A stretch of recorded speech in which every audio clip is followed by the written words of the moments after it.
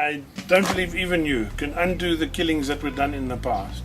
All I can say is I'm looking forward to embracing a future that works better. I don't believe, there's one statement you made that I don't believe you. You say they want to kill. I don't think people want to kill. People want to live, by and large. People want to live reasonable lives. They want to live, they want the bus to come on time, they want the bakery to have bread, they want the kids to go to school. People want to live, they want their lives to move forward. If you, I'm putting to you this one, if you are sharing a community with me, and you're going to the people and saying, hey, come, let's kill that white oak, we can maybe take his house and we can share it around us or something. And I'm saying, listen people, let's work out some other way that you don't have to come and kill me, because by the way, I might also shoot you back. Let's come work out some way that we can, that you can be happy and I can be happy at the same time. I'm saying this, I'll get many votes, you'll get no votes. It's true. I'm not talking about these trying to revenge. I'm talking about the fear of those which are raised from the dead towards the one who was killing them. How much he can talk any sense, he can talk any wisdom, but it's not easy to trust him. No, he's been so terrible for so long. What changed him now? Manji, I want to go a little step further here. Cedric was worried about, okay, are people going to understand all that we're arguing about? I don't worry whether people understand the system. What I want is that if they have that choice, what I'm insisting, if they have the choice, they do a reasonable thing. So, they don't need you're welcome to say to them, come people, I want to remember the 300 years of dead people, and we want to respect them, and we can't trust the people with a gun. My point is, if voting for me, I'm going to say, I'll make sure that the trains come on time. Some people will vote for you, some people will vote for me. Actually, many people will vote for me. Many people will want the trains to come on time. Even people who can be sympathetic with your worries about the dignity of the dead.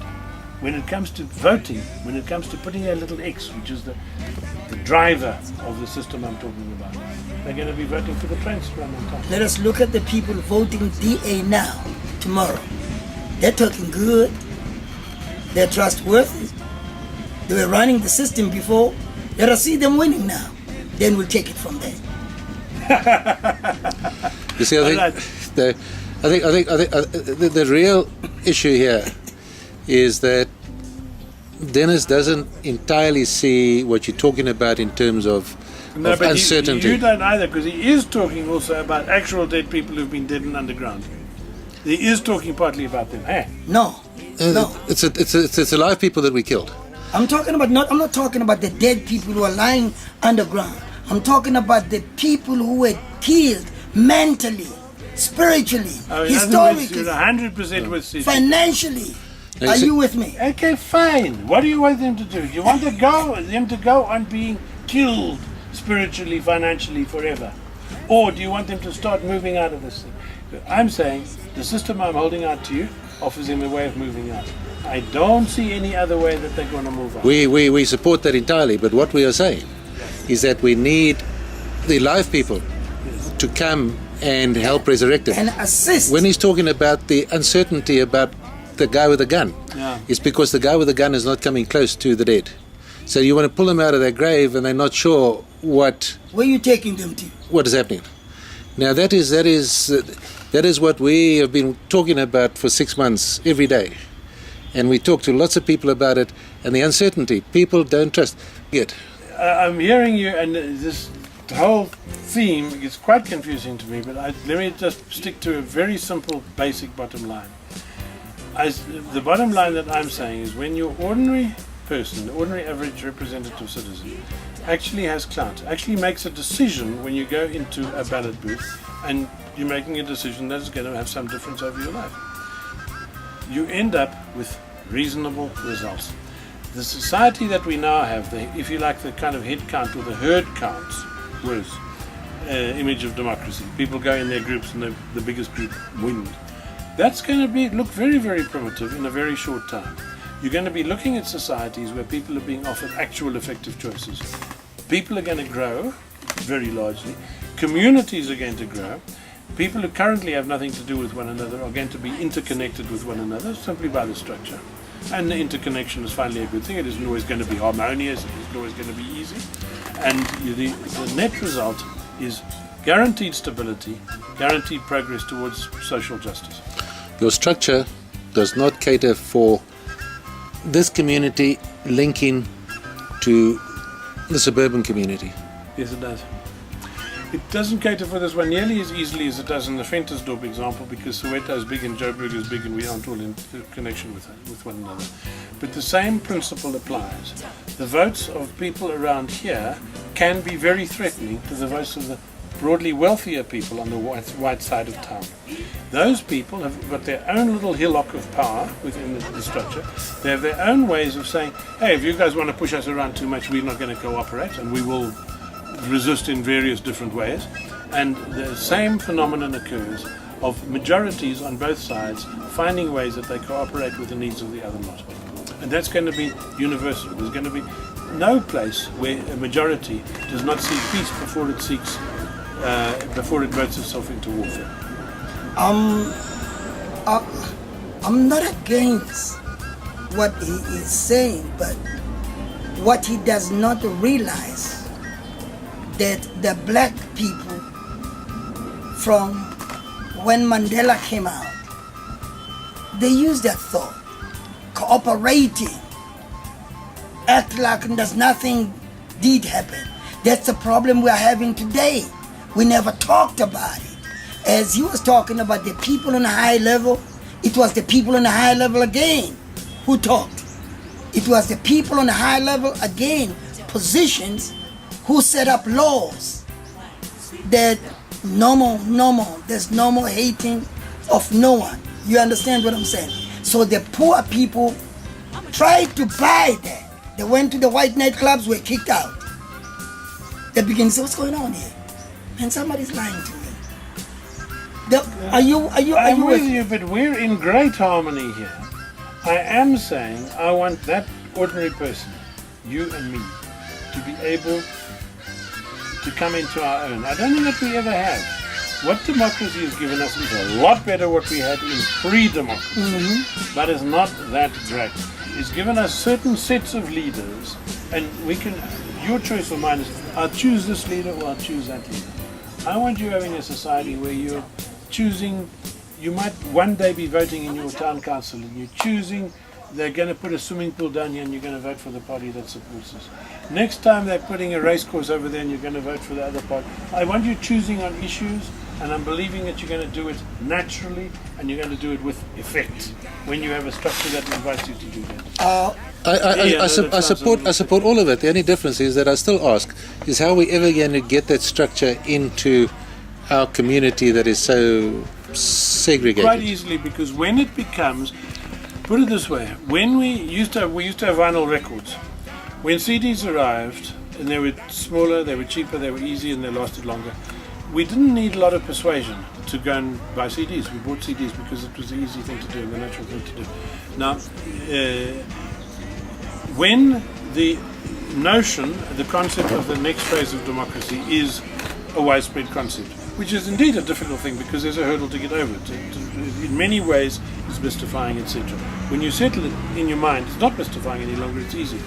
When that notion is settled in sufficient minds, and I think that's talked about, it will not at all take long before we make an appropriate adjustment to this structure, to the Constitution, to say local communities can exercise the powers that they wish to exercise.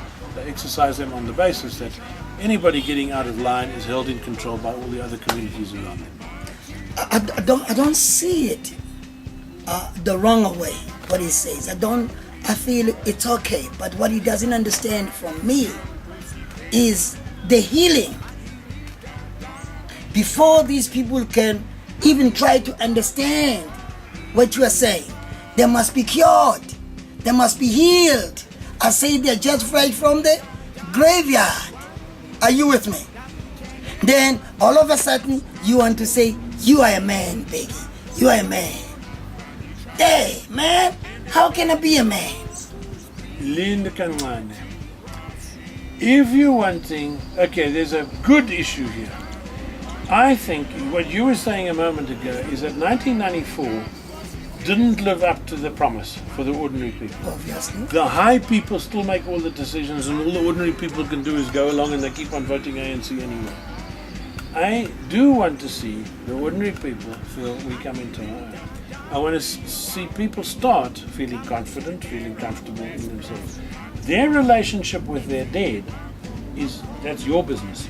It's your individual business. Your relationship with your God or with your ancestors, with your dead people, that's your business. But I want you in your living self to feel fine about yourself. If you have, to me, you have that foundation where your society trusts you to make decisions about how it runs. You make real decisions. You go ahead and deal with your dead from a basis of confidence in yourself. You see, what happened is, I say to him, he even killed my English. I keep on saying to him, I'm not talking about the people underground. He's still coming back. All right, then That's a problem. Those people are living dead. That's what I'm saying. I said they need to be healed. Are you with me? How? That's what we're supposed to be talking about. Okay. How Are do you with think? me? Yeah, boo. Yes. How I do you said, think heal them? now your system, which is a nice system, I'm not against Yeah. what he is talking about. Are you with me? Yes. I don't even say it wouldn't work. What I'm saying, there's a trust that we're supposed to develop to these people who are coming out of the graveyard, who are killed. Are you with me? And bring them to the understanding that they can understand what they say without the fear of, but he looked like the very same guy. That is why Cedric comes in and says, how can we do that? We are short of the white people to participate, to heal. Are you with me? Okay, but answer me please this way. Does it make sense what I'm saying? Yes, but if you're saying those people must first of all heal, give me some idea how you're going to heal those people so that they can become good citizens of a rich democracy. How do you heal them first? It's for you and I to come together and preach the wise wisdom and build the trust, teach them skills, teach them how many white teachers who are no longer working, who are supposed to come and upgrade. You always talk about how many sportsmen, teachers who are supposed to come and elevate the people. You know how much did let us just talk about when Oliver Tambo went outside as the Communist Party, joining hands with the ANC. You know how much work did that work? The soldier of the ANC wouldn't just gun the white man like that, because there was a white brother who created, but it's not all of them were bad. The system can be bad, but it's not all of them. But look at Joe Slovo. You understand what I'm trying to say? What I'm trying to say, I'm preaching now the doctrine of Cedric, that those white people must calm down. Let us work together. Let us develop these people so that their mind can come back together. Then we can preach the doctrine, what you're talking about. This is very, very nice. Manje. Masiqena manje. And I will let us finish now because it's a very nice discussion. I really enjoy this. And I'm going to go and work some more on my head. Because I think that when you change the system is when all those dead people will start growing. But I think that, and I'm going to write it out so that I can explain it really nicely. But ngithi jabula kakhulu ngithi ngiyabonga baba ungitshela lihle. Daraba le itra otlecha. Shalom, shalom. Shalom, shalom. And we wind up in Hebrew. This is nice. Thank you.